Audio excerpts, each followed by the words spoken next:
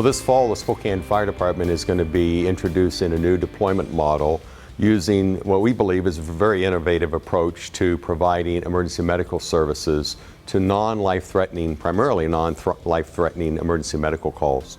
The units that we'll be deploying are called ARUs, Alternative Response Units, and they will be one-person units that will be working on Tuesday through Friday to respond from 3 locations around the city to primarily deal with non-life-threatening emergency medical calls, which is the largest increasing number of incident and demands for services that we have been seeing in the last several years.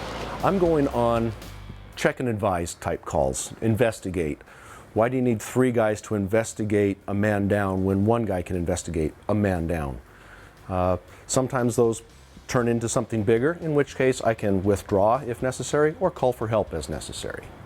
Another example would be someone who is generally sick, not acutely sick.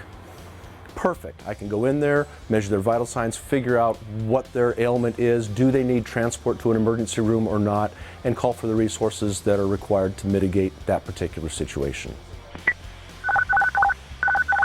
Bravo call.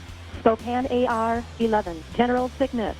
As our calls for service have been changing over the last 15 to 20 years, and what we are trying to do with this program is to get the right type of response for the right type of call. And that's what this is really all about, is looking at, can we put in the system different types of response units that can respond to the various types of calls that we have, from structure fires to technical rescues to brush fires. We've done a lot of that on the fire side and the rescue side, but we really haven't done it as much on the medical side. And that's what we're really doing with the ARU concept, is to try to give right sizing for different types of medical response demands that we have within our system. Well, I'm mitigating one of these lower acuity calls.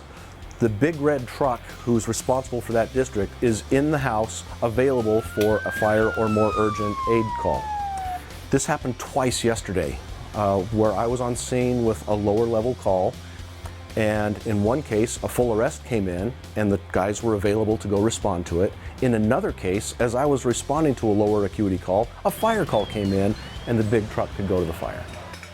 And that's what this is all about, is given the greatest flexibility to meet the rising demand for calls for service that we continue to see each and every year. The location of your emergency, please.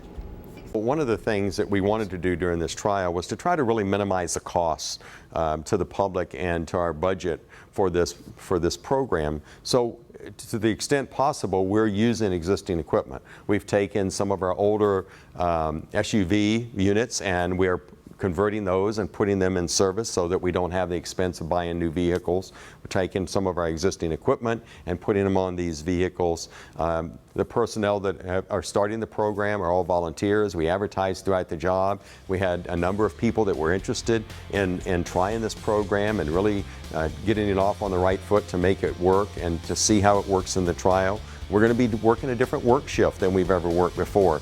So that is going to be something that we're going to have to evaluate and see how it works. We're doing Tuesday through Friday because that's generally when we have the highest volume of calls during the week. So a lot of those things that we're looking at, we're trying to do it with minimal cost so that we can really determine whether this has a long-term positive exposure for the community and for the department.